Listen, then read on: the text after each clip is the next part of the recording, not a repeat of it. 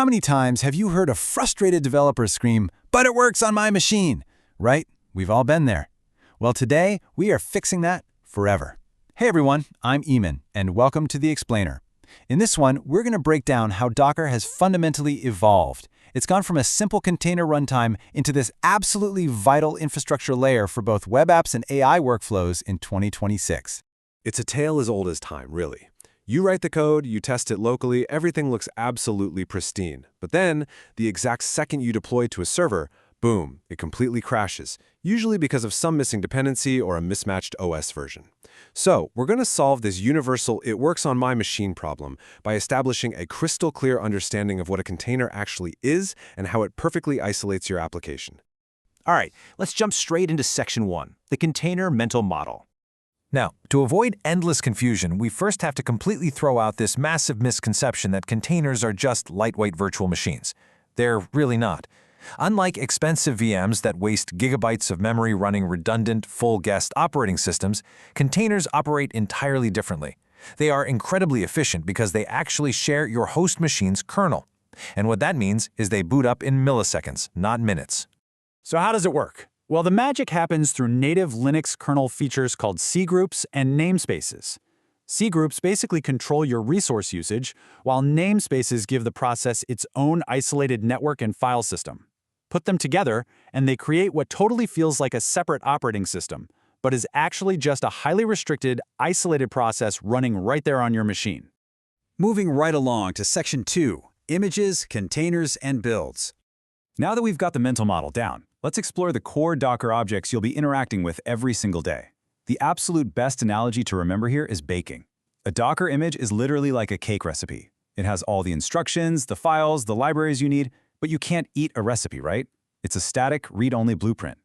A container, on the other hand, is the actual baked cake. It's the live, active process spun up from that static image. And the coolest part, you can make dozens of identical, independent cakes from that exact same recipe.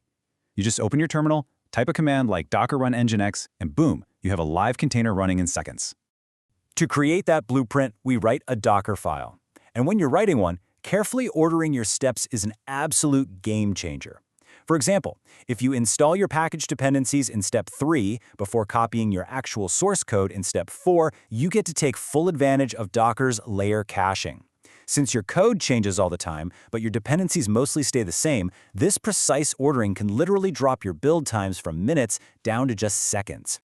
Okay, Section 3, Storage and Network Isolation. Here's a crucial detail. By default, a container's file system is strictly temporary. The second that container is deleted, poof, all its data is gone. So, we need persistent storage, and you basically have 3 options here. Named volumes are your go-to for production. They're managed by Docker and ensure your database survives no matter what happens to the container. Then you have bind mounts, which are perfect for development since they point directly to your host directory for instant hot reloading. And finally, TMPS, which is used for securely holding short-lived, sensitive secrets purely in memory. Now networking. This is where so many developers get tripped up. Inside a container, localhost means the container itself. It does not mean your host machine, and it definitely doesn't mean the database container running right next to it. When you're connecting multiple containers, remember they each get a deeply isolated network, so they have to communicate using Docker's internal DNS resolver by using their specific container names, not localhost. Next up, Section 4, Orchestrating with Docker Compose. Listen, running individual containers manually with endless terminal flags quickly becomes a total nightmare for multi-service apps. You forget flags, you start things in the wrong order, and suddenly you're dealing with broken scripts. Docker Compose solves this deployment headache beautifully. It lets you define your entire infrastructure in one simple YAML file. You outline all your services, and crucially, you can use the depends on command to make sure things start in the right order, like making your API wait patiently for your database health checks to pass. It gives you a single command deployment and teardown for the whole shebang. Which brings us to Section 5, Security and Hardened Images. Before we even think about shipping anything to production, we have to talk security. Mostly because vulnerabilities usually sneak in through bloated base images, not your actual code. But by switching to Docker's newly available, free, minimal hardened images, developers are seeing a massive 95% reduction in common vulnerabilities and exposures. These hardened images meticulously strip out the compilers and extra packages that attackers absolutely love to exploit. To keep that secure baseline, you also need to adopt some non-negotiable habits. First, never ever run your application as a root user inside a container. Just don't do it. Second, always configure health checks in your Dockerfile to guarantee stability. And third, use Docker Scout in your CI pipelines. It does automated vulnerability scanning before your code ever sees a production environment. Finally, Section 6, the 2026 AI infrastructure.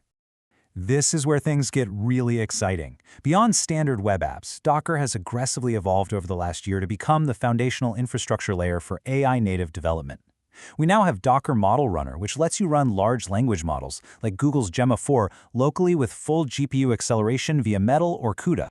It automatically spins up OpenAI-compatible API endpoints, which completely eliminates your API costs and, best of all, keeps all your sensitive data securely on your own machine. But look, an AI model sitting in a vacuum isn't actually very helpful. To make these local models truly useful, Docker integrates the Model Context Protocol, or MCP. I absolutely love this analogy. MCP is basically the universal USB-C port for AI agents. It's an open standard protocol that lets your containerized AI securely connect to external tools, everything from your GitHub repositories to Stripe billing databases. Of course, giving an AI system-wide access is incredibly dangerous.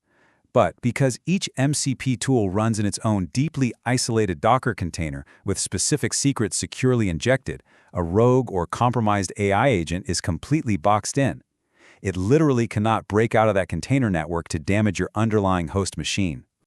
Wow, okay, we've covered a tremendous amount of ground today. Now that you understand the architectural foundation, from basic read-only images and running containers, all the way up to secure local AI infrastructure, the power is completely in your hands. With local LLMs and perfect environment consistency, the only question left is, what AI workflow will you build and containerize today? Thanks for diving into this explainer with me, and keep building.